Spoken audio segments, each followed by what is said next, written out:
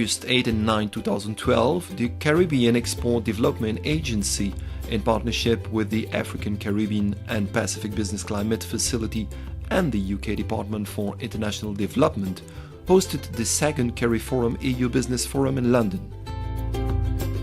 Under the theme Making the CARIFORUM-EU Economic Partnership Agreement Work, the main objectives of the Business Forum were to create awareness about this agreement and to promote business opportunities within sectors that are readily positioned to do business in the EU.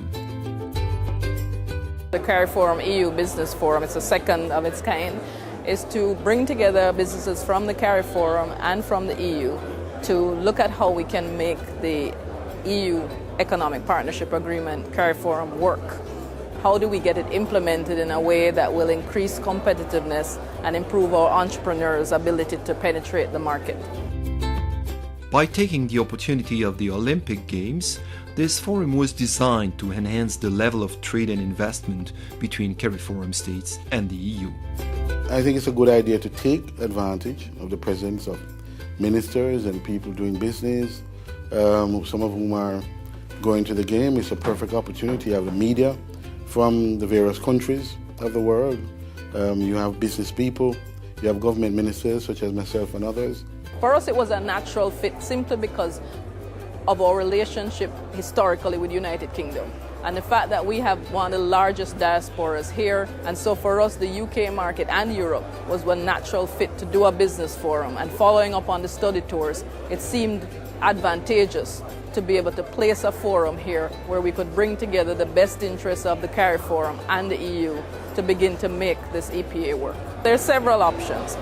The first thing is we have to get it implemented in our member states. One of the problems we have is that 8 of the 14 member states have yet to put in place the implementing legislation and actually, do what needs to be done in terms of doing the cutting of the tariffs that were agreed to from last year. The second thing, however, is that there are barriers to trade, particularly coming into the EU side. For the services, issues dealing with visas, access to the market for professional services, and then also in terms of standards and quality. The standards that the EU utilizes are to a great degree onerous for our small companies. The success of this agreement hinges on its implementation, on what it delivers in practice. This is a trade and development partnership. And for us it's very important that the agreement serves to boost growth across the region. How can it do that in concrete terms? Well, it fully opens the European market to goods from the Caribbean.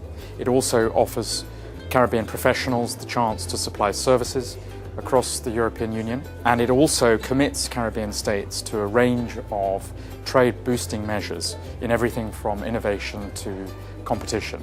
165 million euros over between now and 2015, of which this Caribbean export event is a part. First of all, I think for that to happen, the partnership has to be a real partnership.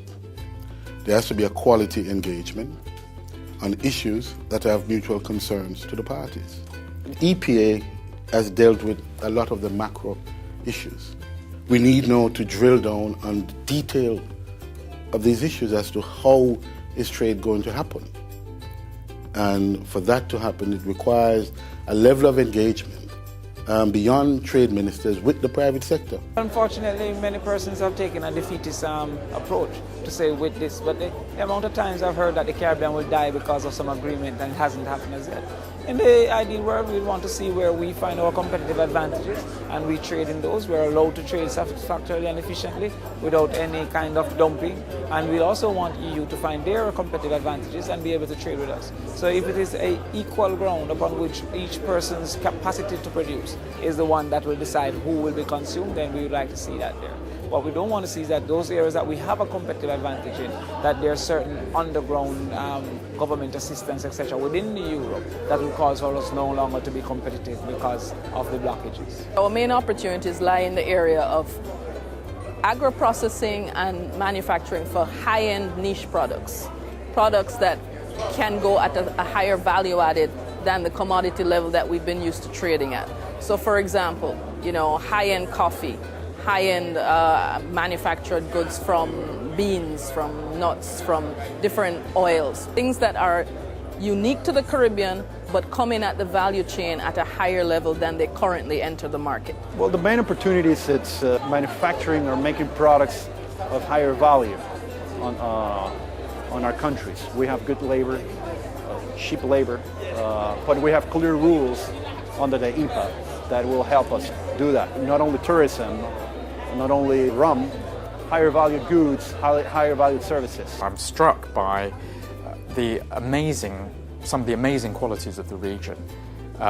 They have extraordinary creativity, for which they are renowned throughout the world. I think we have a lot to bring to the table where originality and creativity on a whole is concerned.